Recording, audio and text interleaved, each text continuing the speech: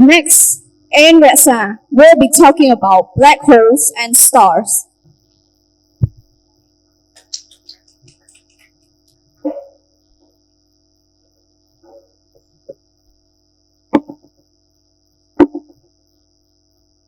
Good evening, everyone.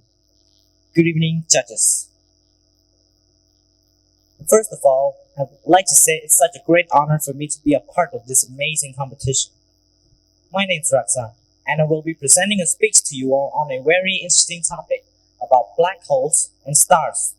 Without further ado, let's begin.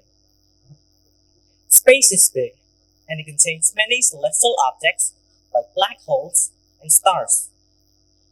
Both of them are two of the most scariest and strongest objects in the universe.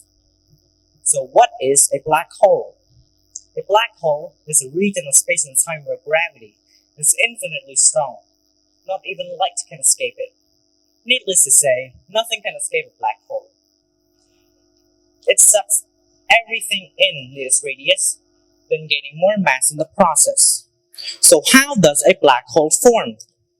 Before we get into that, let's first understand on what a star is. A star is a hot ball of plasma which radiates a lot of heat, light, and energy. There are three main types of stars: main sequence stars, like a dwarf star, subgiant star, like our sun, and luminous giants, like the star Antares.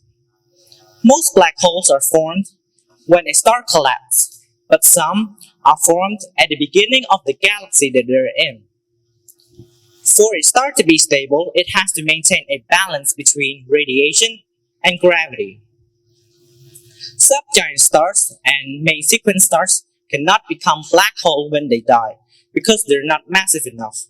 They'll just slowly lose mass. But for the luminous giants, they can. In the core, nuclear fusion crushes hydrogen atoms into helium. This process releases a tremendous amount of energy in the form of radiation, which pushes against gravity, maintaining the balance between the two forces.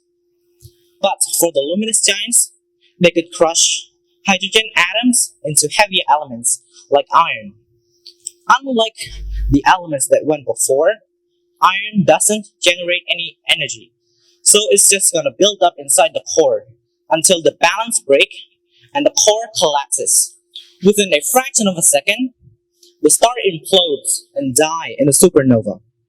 This produces either a neutron star or a black hole. There are two types of black holes: stellar mass black holes and supermassive black holes. Stellar mass black holes generally are small, but their size is far bigger than the sun.